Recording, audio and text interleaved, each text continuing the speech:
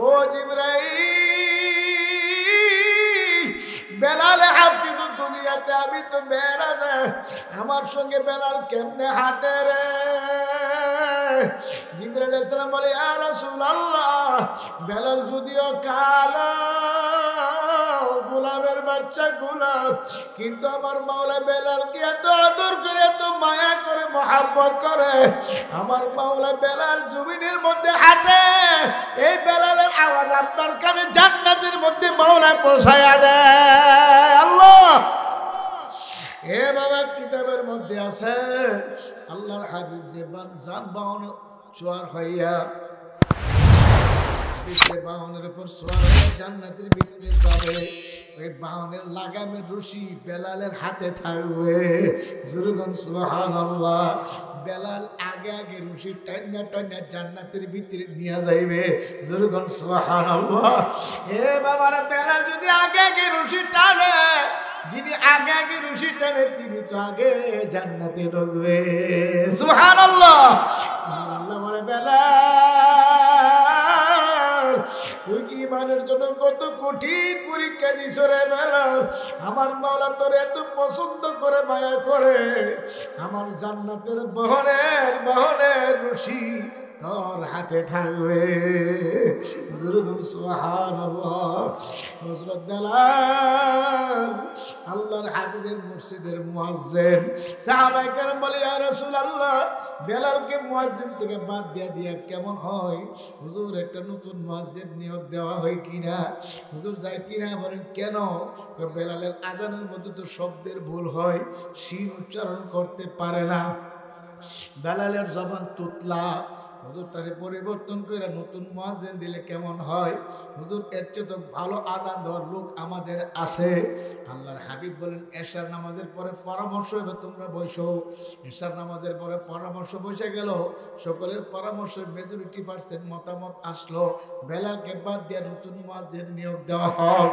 আল্লাহর হাবিবের ইচ্ছা না থাকলেও পরামর্শ সিদ্ধান্ত হয়ে গেল বেলালকে বাদ দেওয়া হইবে। হুজুর বললেন, তোমরা চলিয়া যাও, আমি বেলালকে আশার নামাজের পরে ডাইকে বলে দেব, বেলালকে আমি ডাইকে বলে দেব, বেলাল যেন ফজরের আজান আর না দেয়। সমস্ত সাহাবায়ে কেরাম নামাজের পরে চলিয়া গেল। আল্লাহর হাবিব ডাক দিয়ে বলে, বেলাল। হযরত বেলাল বলে, লাব্বাইকা ইয়া রাসূলুল্লাহ, আমি আপনার দরবারে হাজির। বেলাল রে, এতদিন আমার মসজিদে আজান দিছিলি, আগামীকাল থেকে আর আজান দিও না, নতুন মুয়াজ্জিন আজান দিবে। হযরত বেলাল বলো, হুজুর ঠিক আছে, ঠিক আছে বলে বেলাল ঘরে যায় নাই, মসজিদ নববীর কোণে বৈশা বৈশা কান্দে, আর আমার আল্লাহকে আল্লাহ আল্লাহ কইয়া ডাকে, আর বলে, মালিক, জবান তুতলা দিলে তুমি দিছো, কালো বানাইলে তুমি বানাইছো, গোলামের বানা গোলাম বানাইলে তুমি আমারে বানাইছো, আজকে মুয়াজ্জিন বানাইলে তুমি বানাইছো, মুয়াজ্জিন থেকে বাদ করে গেছি মালিক, আমি কেমনে সহ্য করি? আমার মাওলা ডাক দে বলে, বেলাল রে, চিন্তা করিস না, চাবিকাঠি আমি মাওলার কুদরতি হাতে। সুবহানাল্লাহ। পরের দিন মুয়াজ্জিন আযান দিল, এত সুন্দর আযান, কিন্তু আযান দিলে কি হইবে? আরশে আযমে আযান তো পৌঁছে নাই। আল্লাহর হাবিব ইশরাক পড়ে নামাজের পরে বসে আছে, রাত্র পরিষ্কার হয় না, সূর্য উদয় হয় না। নবীজি বসে চিন্তা করে, ব্যাপারটা কি সূর্য উদয় হয় না কেন? এমনি দেখে জিবরাইল আলাইহিস সালাম আসতে আছে। আল্লাহ নবী বলে, ভাই জিবরাইল, কি ব্যাপার? এত ভোরে তুমি আসছো, কি সংবাদ? হুজুর, দুনিয়ার সব মসজিদে আজান হয়ে গেছে, আপনার মসজিদে এখনো কেন আজান হয় নাই? আল্লাহ নবী আশ্চর্য হয়ে বলেন, বলো কি, আজান তো হয়ে গেছে। তো হুজুর, আজান হইলে কই? আরশে আযমে তো আজান পৌঁছে নাই। এতদিন আজান হলে আরশের ফেরেশতারা আজানের জবাব দিত। সুবহানাল্লাহ। আজকে তো আজান আরশের ফেরেশতারা জবাব দেওয়ার জন্য মক্কা বইসা রয়েছে, কে আজান দিছে? এখন তো আজান আরশে পৌঁছে নাই। আমার নবী বলে, আজান নতুন মুয়াজ্জিন দিছে, আপনার বেলাল কই? বেলাল তো আছে। আমার আল্লাহ জানাই দিছে, যতক্ষণ পর্যন্ত বেলাল আজান না দিবে, ততক্ষণ পর্যন্ত রাত্র পরিষ্কার হবে না। আমার আল্লাহ বলে বেলাল, হে আল্লাহ নবী বলে বেলাল তুমি কই, জলদি আয় মিনারে আজান দাও। তুমি আজান না দেওয়া পর্যন্ত মাওলা পূর্ব আকাশে সূর্য উদয় হইতে দিবে না। সুবহানাল্লাহ। বেলাল আজান দে, সূর্য উদয় হয়ে গেল। আল্লাহ। বেলাল একদিন বলে আমার নবী তো দুনিয়াতে নাই, আমি কারে আজান শোনাবো, আমি চলিয়া যাই। বেলাল মদিনা ছেড়ে চলে গেল দামেস্কে, সিরিয়া। আল্লাহ, দীর্ঘদিন হয়ে গেল বেলাল মদিনায় আসে না। আমার নবী স্বপ্ন যুগে বেলালকে বলে, আরে বেলাল তুই এত তাড়াতাড়ি আমারে ভুললে গেলি রে বেলাল। ও বেলাল তুই কেন আমার জিয়ারতে মদিনায় আসো না? বেলাল রে তুই আমারে ভুললে গেলি। বেলাল ঘুম ভাঙিয়ে গেল, পাগল পারা হয়ে গেল। আমার নবীর জিয়ারতে আমি যাব। ওই সিরিয়ার দামেস্ক থেকে বেলাল মদিনায় আসিয়া হাজির হয়ে গেল।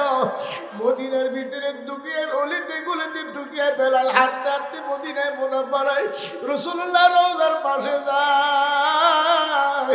নবীর সাহাবারা দেখে বলে বেলাল আসছে। বেলালের কথা শুনিয়া ছোট ছোট বাচ্চারা ঘর থেকে বাহির হইয়া গেছে। বাবার মুখে, চাচার মুখে, মার মুখে, ভাই বন্ধুর মুখে বেলালের কথা শুনছি রে। বেলালকে কোনদিন দেখি না। বেলালকে সবাই ধরে ধরল, ও নবীর কালো মালিক বেলাল, তোমার মুখের আজান কত শুনি না রে, কতদিন হয়ে গেল। বেলাল আজান দাও, তোমার আজান শোনার জন্য মন পাগল ভরা। বেলাল বলে আমি আজান দিলে সহ্য করতে পারবো না, আমার নবী মদিনায় ঘুমায়া রইছে, আমি কারে আজান শোনাবো? সাহাবায়ে কেরাম বলে বেলাল তুমি আজান দাও, তোমার আজান আমরা শুনবো মন ভরিয়া। বেলাল মিজানে উঠে আজান দিল, আশহাদু আন্না মুহাম্মাদুর রাসূলুল্লাহ বলার সঙ্গে সঙ্গে বেলাল জমিনে অজ্ঞান হয়ে পড়ে গেল। সুবহানাল্লাহ। আল্লাহ, বেলাল জমিনে অজ্ঞান হয়ে পড়ে গেল। আমার নবী নাই, আমি কারে আজান শোনাবো? আমারে আমার মাওলার দরবারে কে ধনী, কে গরিব, কে কালো, কে সুন্দর, কে লম্বা। আমার মাওলা দেখে কারিমান আমল মজবুত, তাকওয়া মজবুত আমার মাওলাই দেখে। যদি একটা নাখাদা মানুষ বাড়ি নাই, ঘর নাই, কিছুই নাই, একটা নাখাদা মানুষ যদি আমার মাওলার দরবারে তাকওয়া মাওলা পছন্দ করে, আমার মাওলা তার দুনিয়ার সমান একটা জান্নাতের বাড়ি দিবে। জোরগণ সুবহানাল্লাহ। আল্লাহ, আমার ভাইদেরকে বলবো, আমার বাবাদেরকে বলবো, আমার করিম শেখ বাড়ির ভাইদেরকে বলবো, বাবাদেরকে বলবো, মা বোনদেরকে বলিয়া যায়, দুনিয়ার জিন্দেগি দেখতে দেখতে শেষ হইয়া যাবে। এ দুনিয়ার জিন্দেগি কোন দিন শেষ হইয়া যায় কেউ জানি না। মদিনায় যখন জিয়ারতে যায়, জান্নাতুল বাকিতে দাঁড়াইলে চোখের পানি আর রাখা যায় না। এই জান্নাতুল বাকিতে হাজার হাজার সাহাবায়ে কেরাম ঘুমায়া রয়েছে, রওজা মুবারক আমার নবী ঘুমায়া রয়েছে। আল্লাহ, আখের উহুদের প্রান্তে যখন জিয়ারতে যায়, ওই উহুদের প্রান্তে 70 জন সাহাবায়ে কেরামকে নিয়ে হযরত আমির হামজা রাদিয়াল্লাহু আনহু ঘুমায়া রয়েছে। আল্লাহ আল্লাহ, হে বাবারা, জান্নাতের বাগিচার কি যে ঘেরা। আমি একদিন মাগরিবের নামাজের ওযু করিয়া ওই উহুদের প্রান্তে মসজিদে রওনা করছি, মাগরিবের ওযু করছি, মসজিদের ওযুখানে ওযু কইরা আমি মসজিদের ভিতরে ঢুকবো, এমন সময় একটা রাস্তা আছে, রাস্তাটা পাড়ি দিতে আসি, এর মধ্যে দেখি এমন ভাবে ঘেরান নাকে বাজতে আছে, এমন মজার ঘেরান। আল্লাহ, আমি দাঁড়ায় গেলাম, আমার পাশে একটা লোক ছিল, আমাদের পাশের গ্রামে বাড়ি। বললাম, আলামিন ভাই, এমন মজার ঘেরান করতে গেছে, ফুলের বাগান কি আছে নাকি? আমার বলে, হুজুর ফুলের বাগান নাই, জান্নাতের বাগানের ঘেরান। আমি কই, জান্নাতের বাগান তো হুজুর জানেন না? সাইয়্যিদুশ শুহাদা বীর হামজা রাদিয়াল্লাহু তাআলা 70 জন সাহাবায়ে কেরাম জান্নাতের বাগিচায় ঘুমায়ে রইছে। রাত্র যত গভীর হয় ঘেরান তত বাইরা যায়। যেরকম সুবহানাল্লাহ। আমার মাওলা জান্নাত রাখছে নেককারদের জন্য, মুমিনের জন্য। যেরকম সুবহানাল্লাহ। এ বাবারা, নিজের ভাই নিজে কোরআন বাইরা যদি জাহান্নাম কামাই করিয়া সুদ খায়, ঘুষ খায়, হারাম খাইবে, পর্দা চলিয়া পরের মাল ঠগায় যদি কবরে যাও, আমার মাওলার কালাম সত্য। ওই গুনাহগার নাফরমানদের জন্য মাওলা যে জাহান্নামের বয়ান শুনাইছে, একটা সেকেন্ডের আযাব সহ্য করার ক্ষমতা কোনো মানুষের নাই। আজকে আমার আপনার চোখে পানি আসে না, জাহান্নামের ভয় লাগে না। সরমনার ইসাক রহমাতুল্লাহের ঘটনা শুনছি, সফর করে বাড়ি যায় ছেলে মেয়েদের নিয়ে কি দোস্তরে বসে খানা খাইতেন। একদিন জোহরের পরে খানার জন্য বসছে, আল্লাহর কুতুব, খানা আসতে দেরি হইতে আছে। হুজুর বলল, বাবারা তোমরা বসো, দেখি তোমার মা দেরি করে কেন?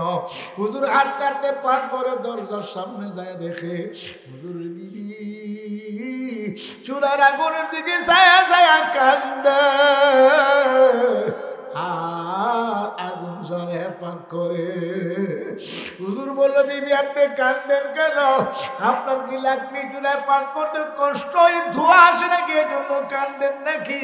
বলে, আমি এই জন্য কান্দি না, আমি কান্দি আগুনের দিকে তাকাইয়া। এ দুনিয়ার সামান্য আগুন, আপনাদের জবানে তো কত বয়ানে শুনছি, দুনিয়ার আগুনের সে 70 গুণ বেশি তেজের জাহান্নামের আগুন। ওই জাহান্নামের আগুনের তুলনায় তো দুনিয়ার আগুন একবারে নগণ্য। এই দুনিয়ার আগুনের ভিতরে বরাক মাসের ঘোড়ায় তো শক্ত লাকড়ি ঢুকাইছি, এক মাথা দিয়ে আগুন ধরছে, আর এক মাথা দিয়ে ফুসফুস করে ধোঁয়া আসতে আছে। দুনিয়ার আগুন যদি এত শক্ত লাকড়ি কেমন ভাবে জ্বালাইতে পারে?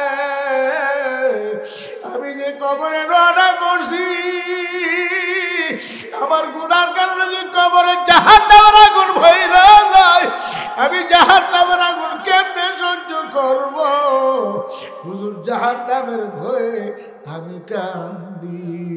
আল্লাহ, এমনি আল্লাহর কত বিবির গলায় ধরিয়া কান্দে, বিবি ও স্বামীর গলায় ধরিয়া কান্দে, আর বলে, ওরে আমার মাওলা রে,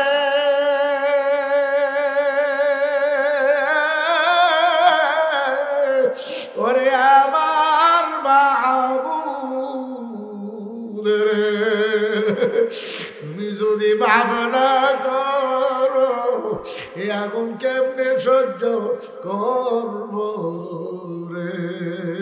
সৈয়দ ফজলুল করিম রাহমাতুল্লাহ আলাইহি বলে, ব্যাপারটা কি? আমার বাবা জান গেল, সেও কেন আসে না? আমরা প্লেট নিয়ে বসে রয়েছি, বাবাও দিয়ে আসে না। হুজুর বলে, আমিও হাঁটতে হাঁটতে পাক করে দরজার সামনে যাই, দেখি বাবা যেন কান্দে, মাও বাবা জান মার গলায় ধরিয়া কান্দে, মা বাবা জানের গলায় ধরিয়া কান্দে। আল্লাহর কুতুব বলে, আমি আর সহ্য করতে পারি না, আমি বাবা মার গলায় ধরিয়া কান্দি, আর বলি, ওরে আমার মাওলা রে,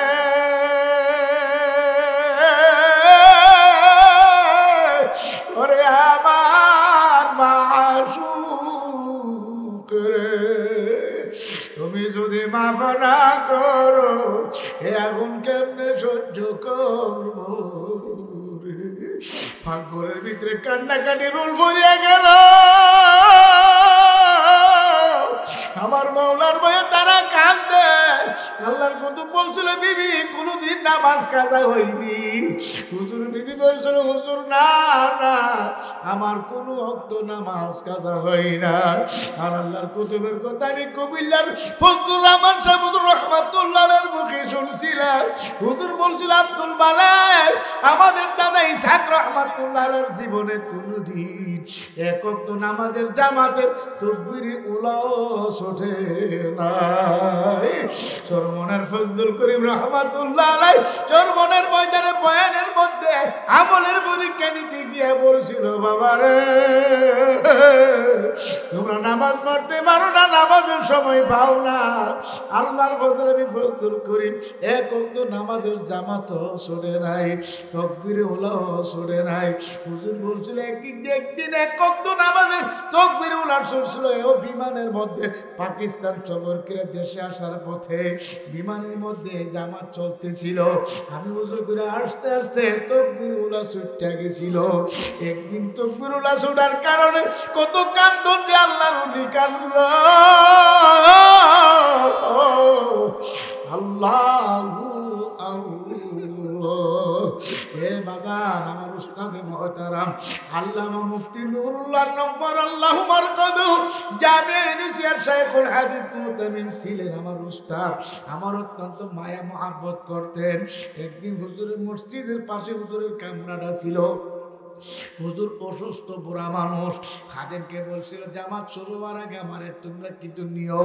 প্রতিদিন খাদেম নিয়ে আসে জামাত শুরু হইবার আগে, কিন্তু সেদিন খাদেম ভুল লেগেছে।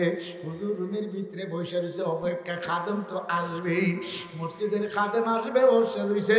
আমি একবারে মসজিদের পিছনের একেবারে পিছনের দরজার কাছে আমি দাঁড়াইছি।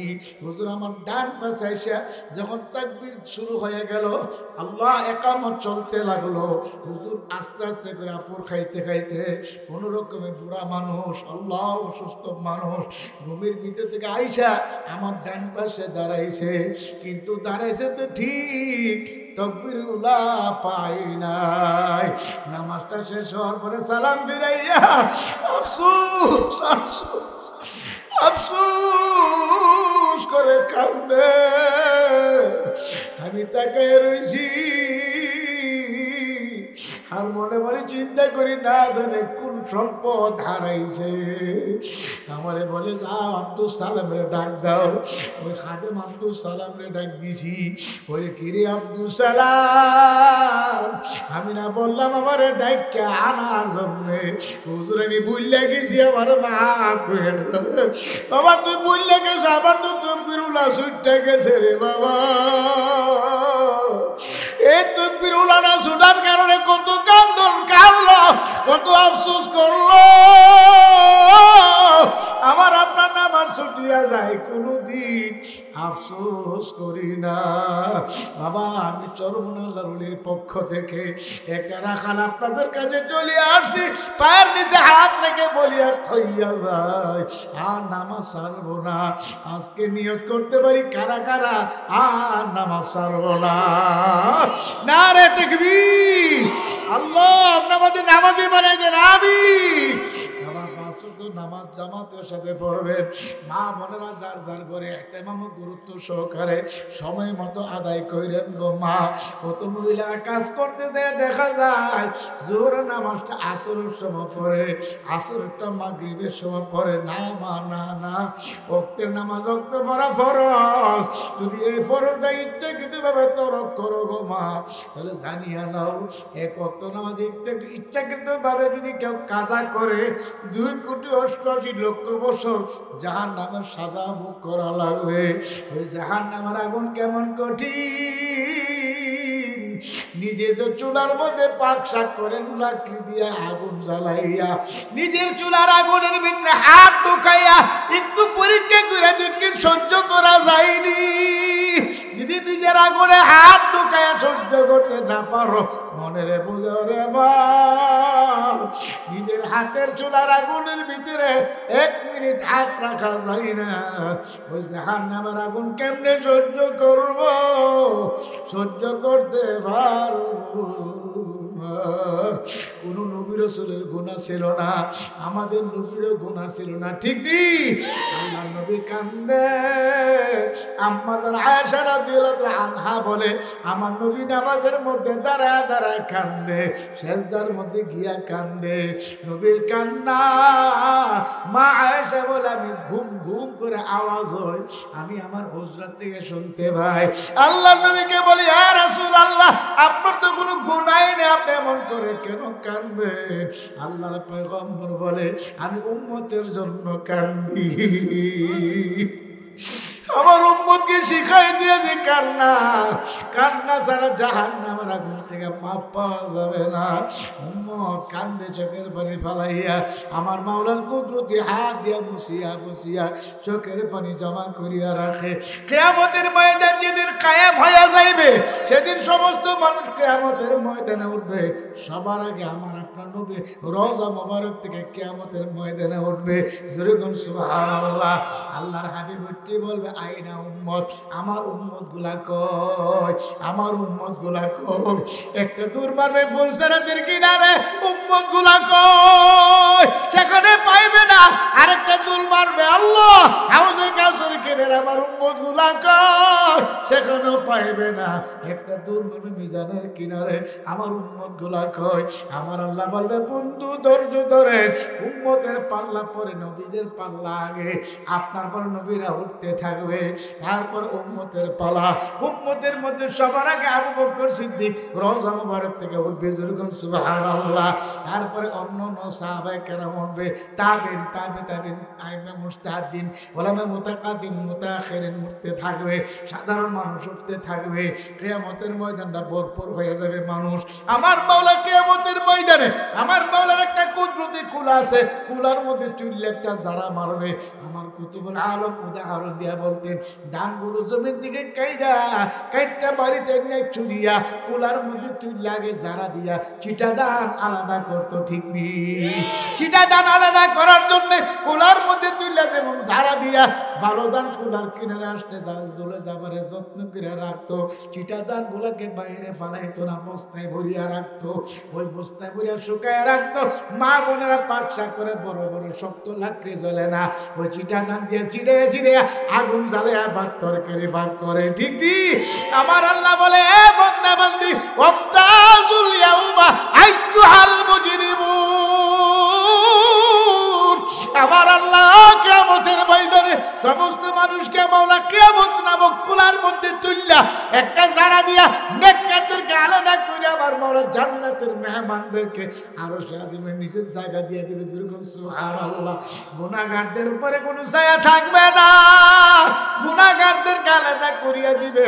যে সূর্যটা 9,30,00,000 মাইল উপরে, এই সূর্যটা কিয়ামতের ময়দানে গুনাহগারদের মাথার উপর ভুর করে ছাইরা দিবে। পরমান গুনাহগারদের উপরে উপর করে সূর্য ছাইরা দেবে।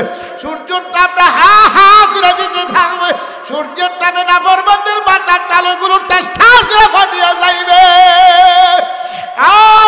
বাতের মারের মতো আল্লাহ মগজগুলো বক বক করে উত্তাইতে পড়তে থাকবে। সহ্য করতে পারবো না। মানুষগুলো চিৎকার করে দৌড়াতে থাকবে। কিয়ামতের ময়দান থর থর করে কাঁপতে থাকবে। মানুষের চিৎকারে আর দৌড়া নিয়ে কিয়ামতের ময়দানের অবস্থা দেখিয়া ইয়াকুলু আদমু সাবিউল্লাহ নাফসি নাফসি ওয়া ইয়াকুলু ইব্রাহিম খলিলুল্লাহ নাফসি নাফসি ওয়া ইয়াকুলু ইসমাঈল সাবিউল্লাহ নাফসি নাফসি ওয়া ইয়াকুলু মূসা কালিমুল্লাহ নাফসি নাফসি ওয়া ইয়াকুলু ঈসা রূহুল্লাহ নাফসি নাফসি।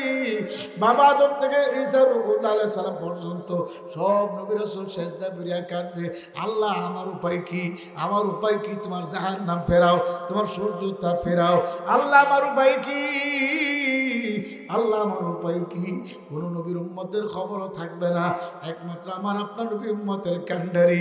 দুনিয়াতে উম্মতি উম্মতি কে কানছে, রওজা মুবারকে এখনো উম্মতি উম্মতি কে কানতে আছে। কিয়ামতের ময়দান আমার মাওলার আরশে আজিমের ছায়া নিচে মাওলার কুদরতি ভাই সেজদা করিয়া কাঁদবে, ইয়া রাব্বি হাবলি উম্মতি। আল্লাহ আমার এতিম উম্মতের উপায় কি? তোমার জাহান্নামকে ফেরাও,